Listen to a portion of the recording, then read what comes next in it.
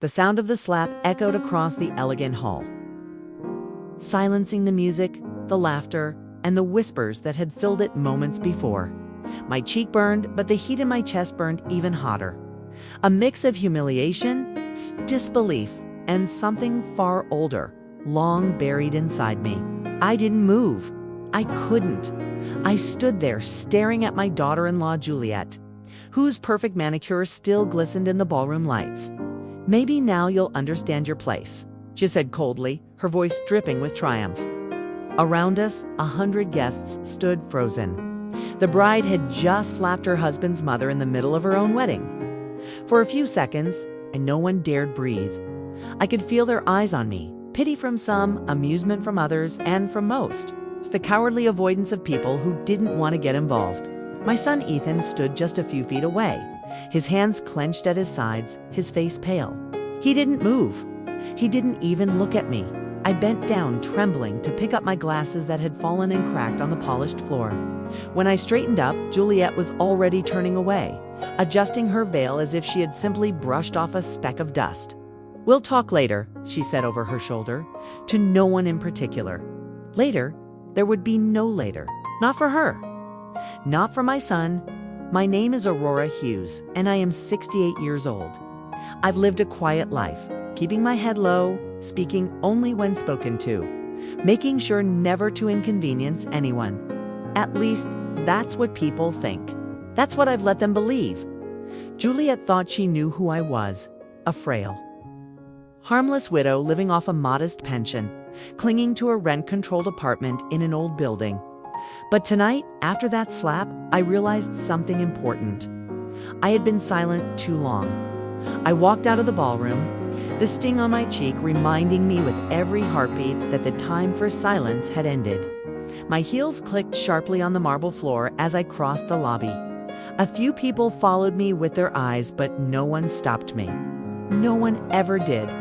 Outside, the night was cold. My old car waited at the edge of the parking lot under a dim light. I opened the door, sat inside, and for a long moment, I just stared at my reflection in the rearview mirror. Wrinkles, gray hair, tired eyes, the image of a woman people forget about. But beneath those lines lived something far stronger. Something Juliet and Ethan had both underestimated. I reached for my phone and dialed a number I hadn't called in over a year. "Carlos," I said, my voice trembling only slightly. "It's time." There was a pause, and then the calm, familiar voice of my financial advisor came through. "Are you sure, Mrs. Hughes?" "Once you do this, I'm sure," I interrupted. They crossed the line. "Bring everything we discussed tonight." When I hung up, my reflection stared back at me again, only now there was something new in my eyes. Not pain, not fear, clarity. For years, I had let others control the story of who I was. The quiet widow, the helpless mother, the woman past her usefulness. But not anymore. I wasn't going to raise my voice tonight. I wasn't going to scream or cry. I was going to let the truth speak for me, because Juliet didn't slap an old woman. She slapped the wrong woman, and by the time this night ended, she and my son would finally know who Aurora Hughes really was. The city lights flickered through my windshield as I drove slowly away from the ballroom. Every turn of the wheel feeling heavier than the last. My hands trembled on the steering wheel, but not from weakness, from control. Controlled fury, controlled pain, controlled patience. I had spent years pretending to be fragile, pretending to be what people expected of a widow in her late 60s, quiet, lonely, and harmless. That disguise had kept me safe for decades. But tonight, it would finally come to an end as I drove. The scenes of my humiliation replayed in my mind. Juliet's voice dripping with venom, Ethan's silence, the whispers of the guests. She's losing her mind. Poor thing. Maybe it's time she moved to a care home. They thought they were talking about a woman who had nothing left. But I had everything not in the way they imagined. When my husband, Robert, passed away 10 years ago, everyone assumed he had left me with nothing but grief and a modest pension. They believed he had been a simple man working in an insurance office. No one knew the truth. Robert had been far more than that. He was the quiet architect behind a chain of private investments, properties and silent partnerships that spanned half the city. And I, his supposedly simple, docile wife, had been the only one who truly knew the numbers, the names, the accounts.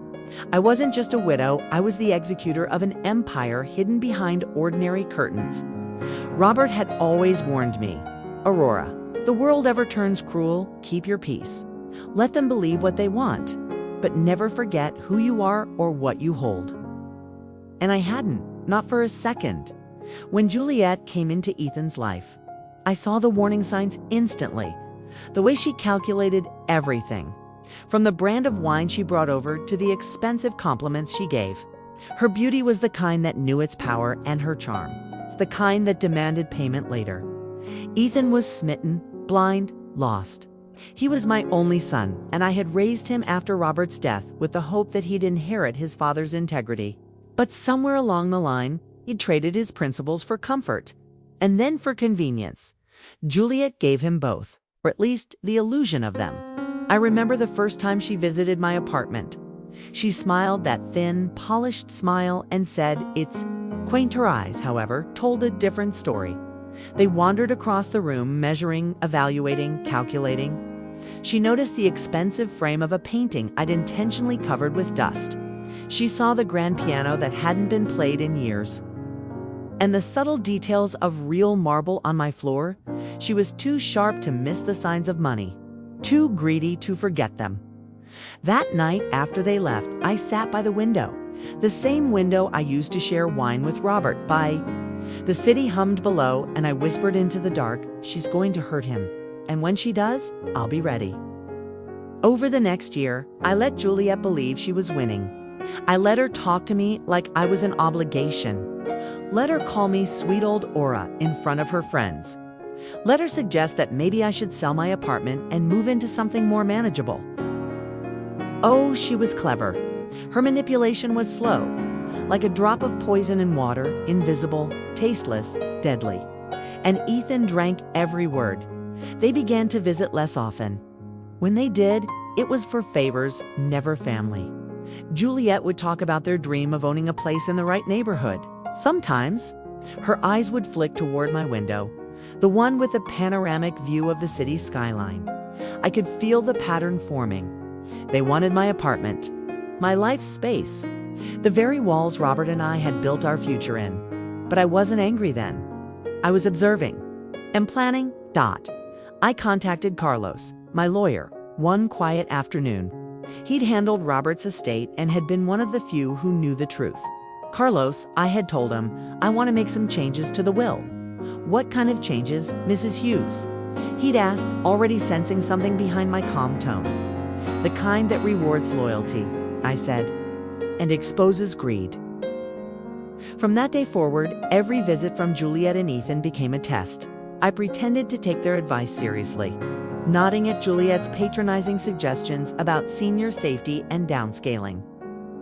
I even agreed to visit a few so-called retirement apartments, just to watch the satisfaction in her eyes grow. All the while, I was quietly building something else, an invisible trap that would reveal itself at the perfect moment. Robert once told me, "Money is like water, Aurora. It can drown you or cleanse you depending on who holds the cup."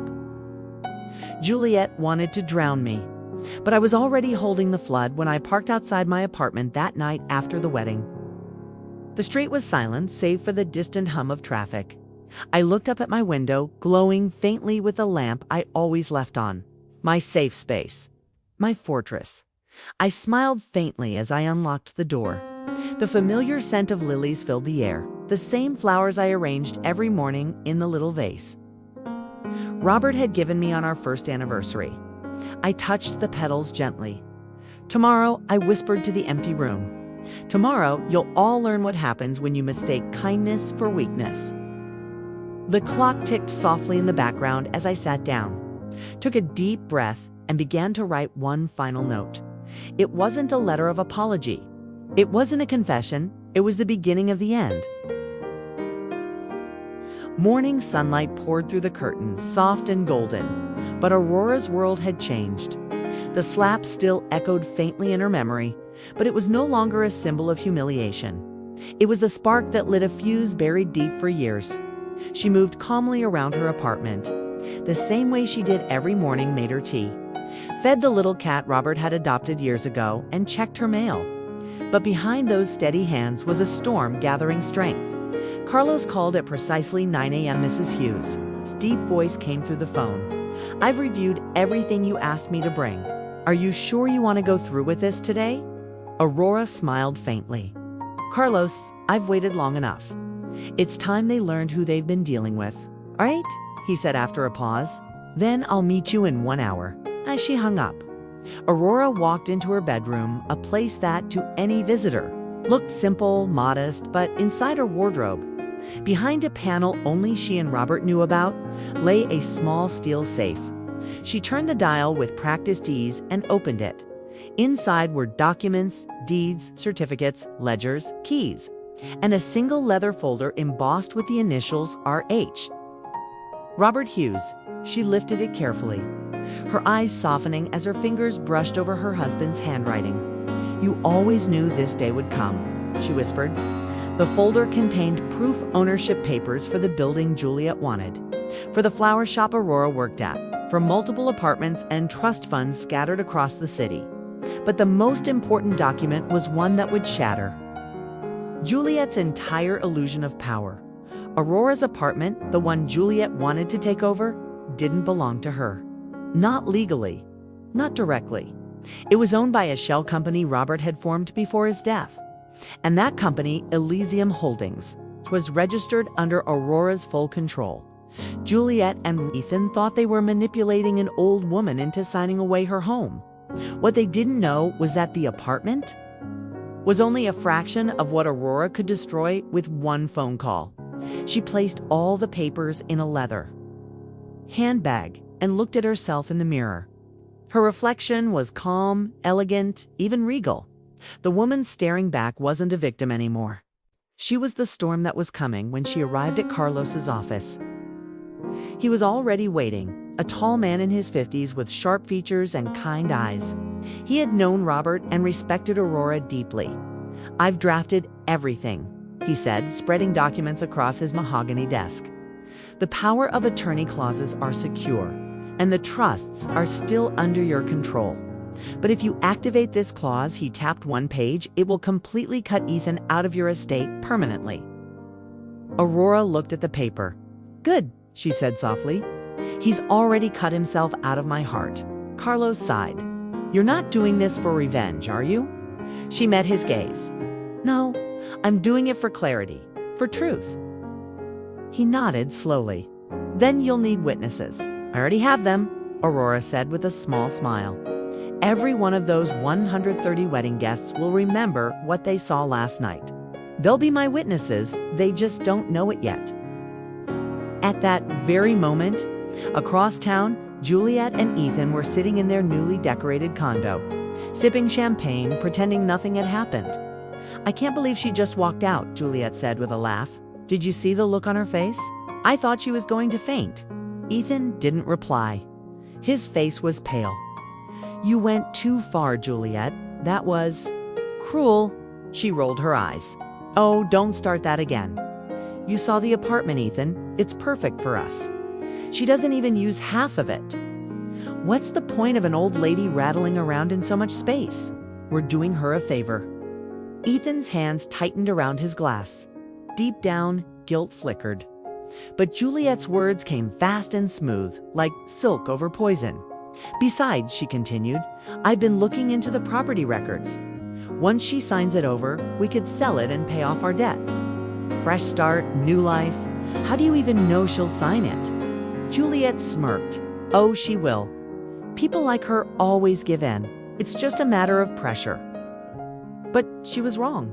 Dead wrong, because at that exact moment, Aurora was signing a different kind of paper, one that would make Juliet's entire plan collapse before it even began. By afternoon, the sun was already low. Aurora returned home, feeling an unfamiliar sense of peace. Everything was in motion. The trap was set. She walked through her apartment, her eyes scanning the familiar furniture, the soft yellow walls, the memories that clung to each corner. She stopped at the framed photograph on her mantel. Robert, smiling under the old oak tree they planted together. "I'm not doing this out of hate, my love," she whispered. "I'm doing it because you taught me never to let cruelty win." Outside, the sky turned crimson. The world was calm, unaware of the storm that was about to break. Juliet thought she had one. Ethan thought his silence would protect him. But the woman they had humiliated was no longer the frail mother-in-law. She was Aurora Hughes, and tomorrow the world would remember her name. Morning dawned pale and cold, like a sheet of glass stretched over the city. Aurora stood by her window, sipping her tea, watching the sky turn from silver to gold. To anyone passing by, she looked serene, almost fragile. But beneath that calm exterior, the gears of a precise, deliberate plan were turning. Her phone buzzed. A message from Carlos. "Everything is filed. The trust transfer is complete. You're fully protected." Aurora smiled faintly. "Good," she murmured. "Now let's see how fast greed burns." She opened her email and attached 3 documents: property records, ownership certificates, and a statement from Elysium Holdings showing her as majority owner. Then she addressed the email to a long list of recipients: Juliet's parents, Ethan's company partners, even the social circle Juliet prided herself on impressing. The subject line was simple, almost polite, "For your awareness from Aurora Hughes." Her finger hovered over the send button for a moment. Then she pressed it. Just like that, years of deception began to crumble. Meanwhile, in Juliet and Ethan's sleek condo, the morning started like any other coffee brewing. Juliet scrolling through her phone, Ethan flipping through job listings he would never apply for. Then Juliet froze. "What the hell?" she whispered, scrolling faster. "Ethan, come here." He looked up, half irritated, half bored. "What now?" She turned the screen toward him. Her Instagram feed, their private group chats. Her email all buzzing with the same message, Aurora Hughes. People were tagging them, forwarding links, gossip spreading like wildfire. What did she send? Ethan asked, voice rising. Juliet's face went pale. Everything. She sent everything. On the screen were scanned documents showing that Aurora owned not just the apartment, but 3 buildings in downtown, 2 of which Ethan's own company rented space in. There was even a trust fund bearing his name, worth millions, one that now, as of that morning, had been locked permanently under Aurora's control. "What the? She can't do this?" Juliet shouted. Ethan's hands trembled as he scrolled through the emails. The more he read, the more his stomach turned. "She just did," he said softly. Then came the final blow. An attached legal statement, dated and signed by Aurora herself, effective immediately. "My son Ethan Hughes and his spouse Juliet Collins are removed as beneficiaries of the Hughes Family Trust. All future communications regarding this estate are to be directed through my attorney, Carlos Mendez." Juliet's voice cracked. "She's ruining us." "No," Ethan said quietly, his eyes empty. "We did that ourselves." Back in her apartment, Aurora folded her phone shut and exhaled slowly. She had expected anger, perhaps even chaos, but what she felt instead was relief. For the first time in years, she wasn't pretending anymore. She didn't have to play the harmless widow or the accommodating mother-in-law. She had reclaimed her voice and with it, her dignity. But her plan wasn't finished yet. That evening, she picked up the phone again and called the Gazette, the local newspaper. "This is Aurora Hughes," she said evenly. "I'd like to submit a personal essay for the Voices of the City column. It's about family, deception, and what happens when people mistake silence for weakness." The journalist on the other end recognized her name instantly, the widow of Robert Hughes, the man who once quietly donated millions to city charities. "Of course, Mrs. Hughes," he said. "We'd be honored." By the next morning, the headline read, "The Price of Greed: How My Family Tried to Take Everything and Lost Themselves Instead." By Aurora Hughes, the story spread like wildfire, not just because of the scandal, but because of the tone, calm, reflective, powerful. It wasn't a revenge rant. It was the story of a woman who had been underestimated her entire life and finally stood tall. People read her words and saw their own pain, their own betrayals, their own quiet strength mirrored back at them. Juliet's social life disintegrated overnight. Her friends unfollowed her, clients dropped her. Ethan was forced to resign from his job after whispers about family corruption reached his boss. But Aurora didn't gloat. Not once. She didn't need to. Justice, when delivered in silence, makes the loudest echo. That night, Aurora sat by her window again. The same seat where she had watched the world crumble and rebuild itself over decades. The city lights blinked below, soft and forgiving. Her phone rang. "Carlos, it's done," he said. "Everything's official. You're free of them now." Aurora smiled gently. "Carlos, I was always free. I just needed them to see it." He chuckled softly. "So, what now? What's next for Mrs. Hughes?"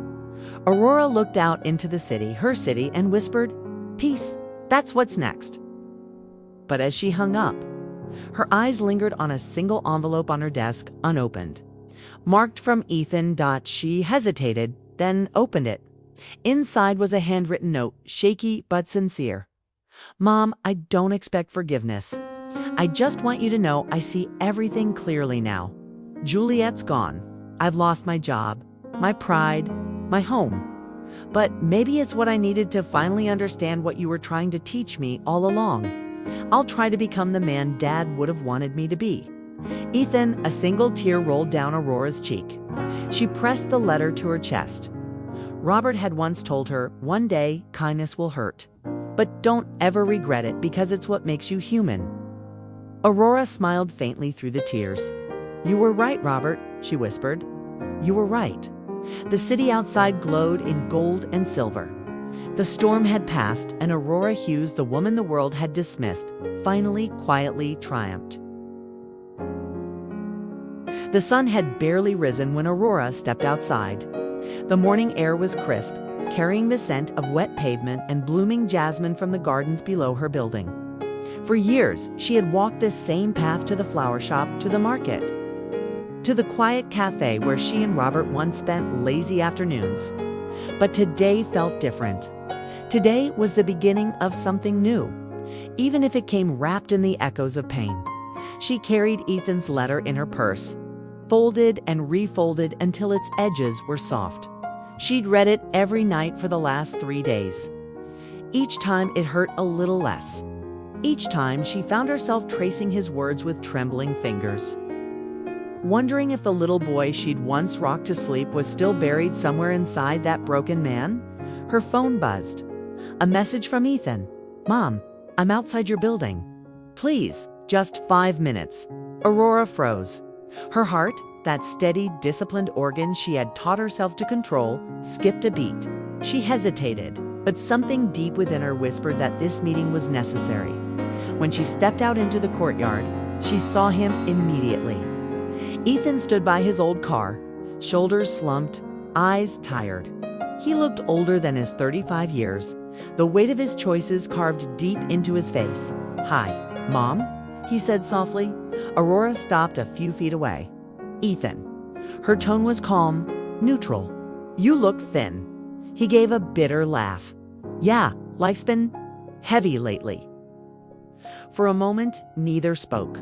The city around them hummed with quiet activity. A delivery truck passing, a neighbor walking her dog, but between mother and son stretched a silence years in the making. Finally, Ethan said, "I came to say I'm sorry for everything. For letting her talk to you that way. For standing there when Juliet hit you." His voice cracked. "I should have stopped her. I should have defended you."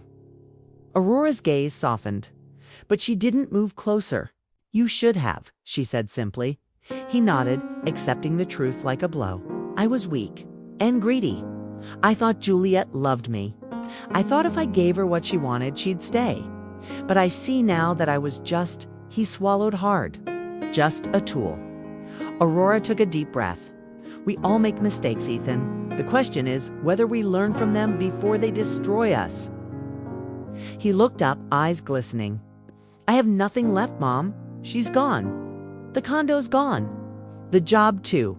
I even sold my car once to pay off a loan. Aurora's heart twisted, but she forced herself to stay steady. You still have one thing, she said quietly, the chance to start again. Ethan wiped his face. I don't know how. You start, Aurora said, by being the man your father believed you could be. He worked his whole life to build a legacy for you. Not money, not property, but integrity. He nodded, tears streaming down his cheeks. I don't deserve your forgiveness. Maybe not, she said softly. But forgiveness isn't something you deserve. It's something you're given when someone chooses peace over punishment. Ethan looked up, hope flickering in his eyes. So you forgive me? Aurora paused. The breeze stirred her gray hair. Finally, she said, I forgive you, Ethan. But forgiveness doesn't mean forgetting. I'll always love you, but love doesn't mean I'll let you hurt me again. He nodded slowly, understanding. I get it, Mom. She stepped closer, placed a trembling hand on his cheek, the same cheek she used to kiss goodnight when he was a child. You're my son, and I'll always wish the best for you. But this time, you have to walk your own path. Ethan covered her hand with his own, pressing it against his face. Thank you, he whispered, for everything. She smiled faintly. Go live a life worth the pain you caused. That's how you repay me. He turned and walked away, his figure shrinking against the pale morning light. Aurora watched him until he disappeared around the corner. Then she let out a long, trembling sigh, the kind that empties years of grief in a single breath. That afternoon, she returned to her flower shop, her sanctuary. The bell above the door jingled softly as she entered. Her assistant, Mia, looked up with a bright smile. Mrs. Hughes, you're early today. Aurora smiled back. I thought I'd get a head start. The tulips are late this season. Mia nodded, then hesitated. By the way, I read your article in the Gazette. It was incredible. You're so brave. Aurora chuckled gently. Bravery is what's left when you've lost everything else, my dear. As she arranged a bouquet of white lilies, Robert's favorite, she felt a strange sense of calm. Every petal, every scent, every gentle movement reminded her that life, despite its cruelties, had a way of blooming again. When the last bouquet was done, she stepped outside and placed it on a nearby bench, the one where she and Robert used to sit after work. On the small card she wrote, For those who stayed silent too long, may you find your voice before it's too late. Aurora Hughes, she tucked the card into the bouquet and smiled as the evening sun bathed the city in gold. Aurora walked home, free, peaceful, and unafraid. The woman who had been humiliated in front of a crowd was gone. The woman who walked the streets now was reborn, and as she reached her door, whispered to the wind, half prayer, half promise. You can break my heart, but you'll never take my spirit. The next morning, sunlight streamed through Aurora's bedroom window, painting soft golden lines across her face. She woke not to the sound of worry or calls demanding help, but to the gentle hum of a quiet city, and for the first time in years, that silence felt like peace, not loneliness. Aurora brewed her coffee and stood by the window, watching people walk their dogs, children run to school, and neighbors greet each other with the kind of ease she once envied. There was no bitterness left in her heart, only the faint ache of lessons learned too late, and a deep appreciation for the woman she had finally become. After breakfast, she opened the old wooden chest in her living room. Inside were photographs, her wedding day with Robert, Ethan's first birthday, family picnics. Little moments frozen in time. She held one picture of a young boy holding a red kite, smiling at the sky. Ethan, age 8. A soft smile touched her lips. You'll find your way, my son, she whispered. Just like that kite lost for a while, but always caught by the wind. She set the photo aside and took out her journal, its leather cover worn smooth by years of neglect. Opening a blank page, she began to write not a letter of sorrow, but one of gratitude. To the woman I used to be, thank you for surviving long enough to become who I am today. You gave too much, but from that, I learned what real love isn't. You stayed silent too long. But from that silence, I learned to value my own voice. And though they broke your trust, they could never break your will." She paused, letting a tear fall onto the page. A tear not of pain, but of release. That afternoon, Aurora met Eleanor at the park. The two women sat under a blooming magnolia tree, a quiet strength between them. Eleanor handed her a small wrapped box. "What's this?" Aurora asked with a curious smile. "Open it," Kira said. Inside was a delicate gold pendant, shaped like a tiny open door. "It's a reminder," Eleanor said softly. "That closing one door doesn't mean your story is over. It means a better chapter is waiting." Aurora smiled through tears. "It's perfect."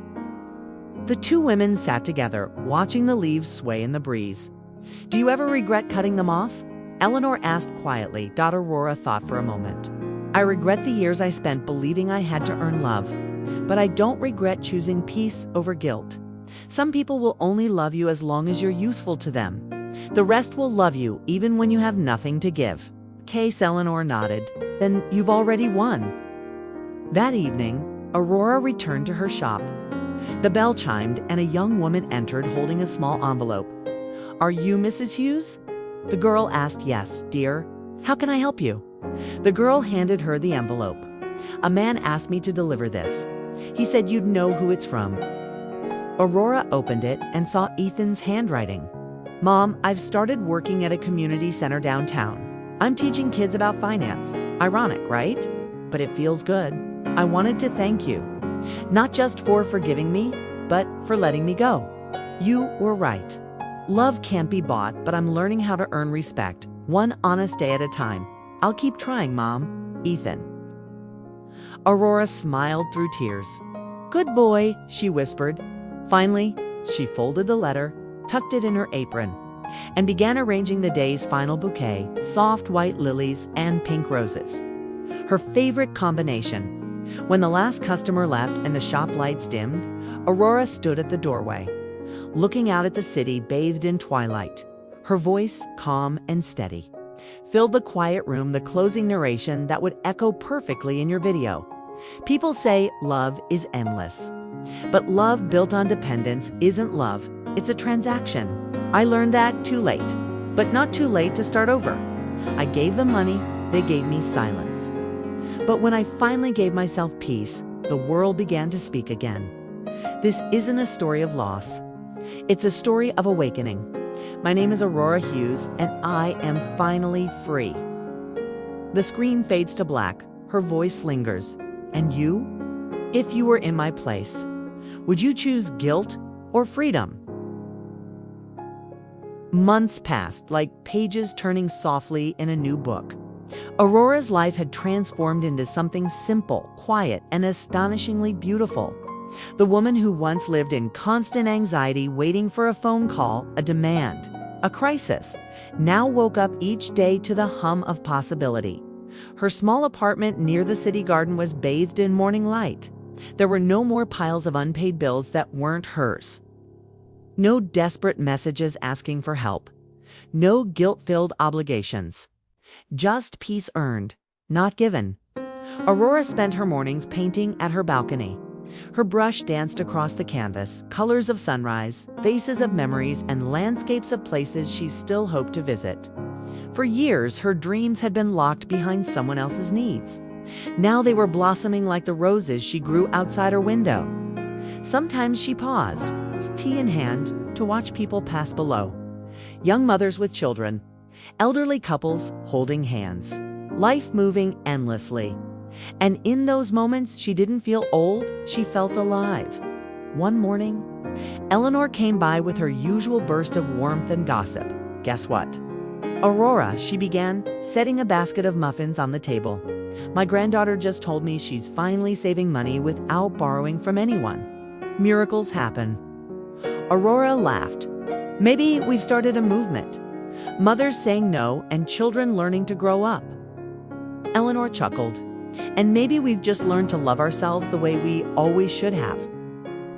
They sat together, eating warm muffins and talking about everything: books, travel, gardens, and even small dreams they once thought were too late to chase. I'm thinking of going to Paris next month, Aurora said. A little shyly, Eleanor's eyes widened. Paris alone. Aurora smiled. Yes, I've been alone before, but this time it's by choice. I want to see the art, walk the bridges, and eat pastries without worrying if someone needs me back home. Eleanor raised her cup.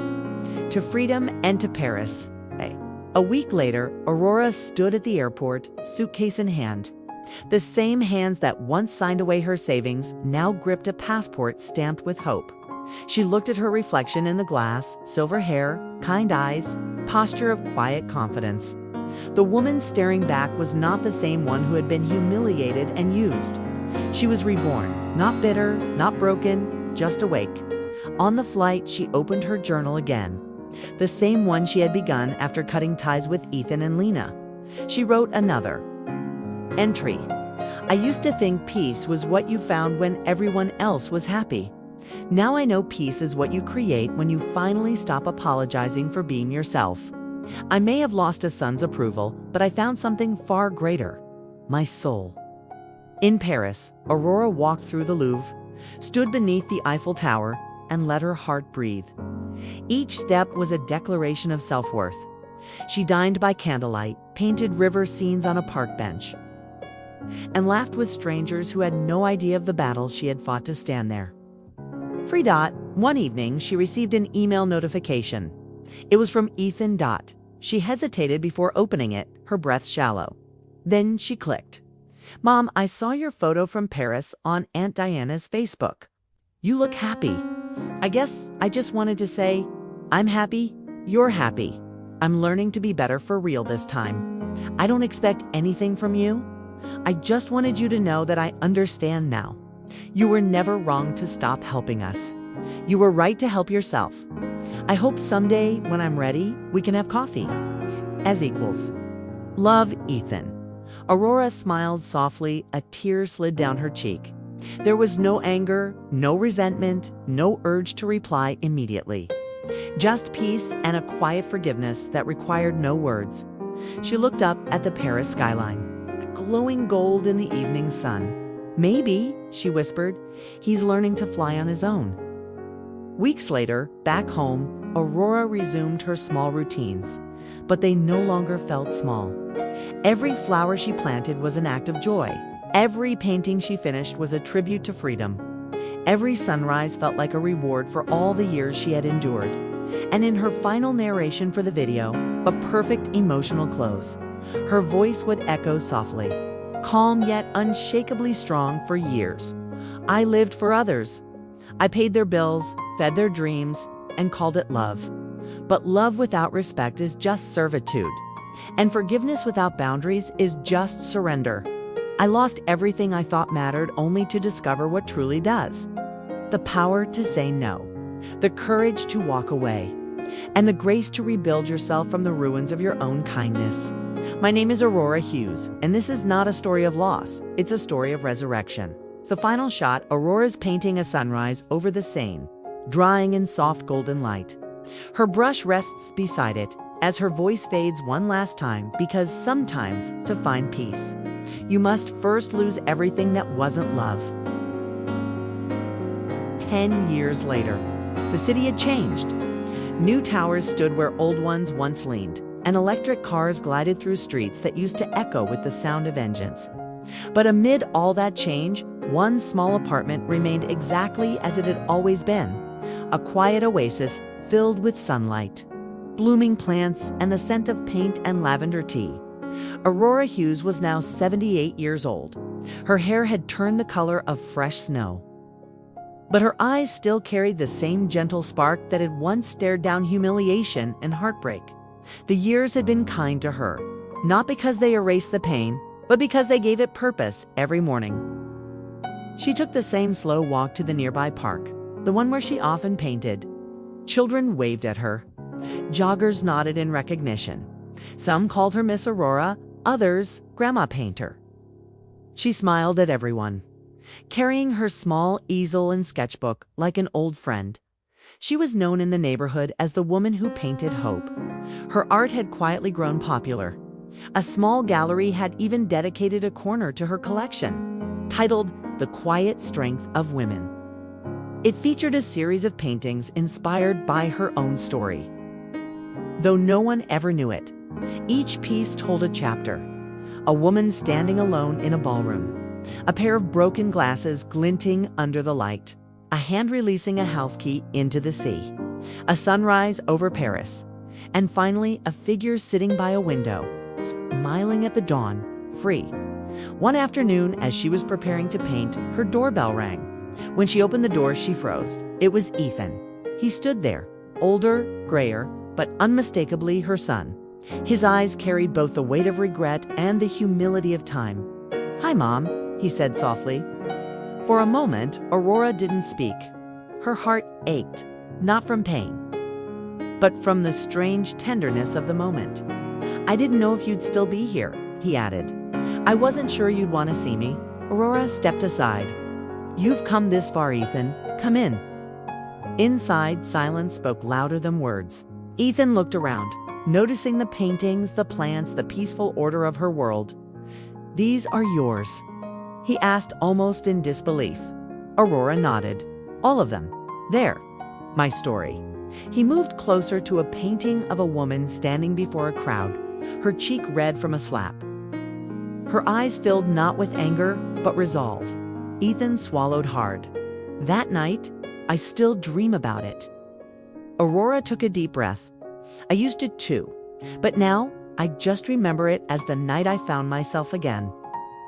He turned to her. "I don't expect forgiveness, Mom. I just wanted you to know I'm not that man anymore. I've spent years trying to make things right. I work with a foundation now, helping older people who've been exploited by their families. It's my way of making peace." Aurora's lips trembled into a smile. "Then maybe that's enough." He reached into his coat pocket and pulled out a small envelope. Inside was a photo, a woman with kind eyes and a little girl smiling on her lap. "That's Lily," he said. "Your granddaughter. I've told her about you. Everything. She paints too." Aurora's eyes filled with tears. "She has your father's smile," Ethan nodded, voice breaking. "Can she meet you someday?" Aurora reached for his hand, the same hand that once trembled as a child asking for comfort. "Someday," she said gently, "when the time feels right. I've learned not to rush healing. It blooms on its own." After Ethan left, Aurora stood by the window, watching the fading daylight. In her heart, she felt a sense of completion, not because everything was fixed, but because everything had finally found its place. Forgiveness, she realized, was not about forgetting. It was about freeing yourself from the burden of the past, so the future could breathe. She turned back to her easel, picked up her brush, and began painting again this time. Not a woman alone, but two figures, a mother and a son, sitting beneath a golden tree. Months later, a new painting appeared at her gallery. It was titled Homecoming. People who saw it often paused longer than usual. There was something in the colors, something healing, something eternal. And at the bottom of the frame, in small handwriting, were the words Aurora had written just before she finished the piece. "There are two kinds of wealth in life, the kind that fills your home, okay, and the kind that fills your heart. I lost the first to discover the second. True love, like art, is born when you stop trying to own it and start learning to let it go." Asterisk, I am Aurora Hughes. Once I was invisible, a woman taken for granted, dismissed, used. But life taught me that strength isn't loud and revenge isn't always fire. Sometimes it's just peace. I didn't win by fighting. I won by forgiving and walking away with my dignity intact. If you're watching this, remember, never let anyone convince you that kindness is weakness. Because when life tests you, the quiet heart always wins.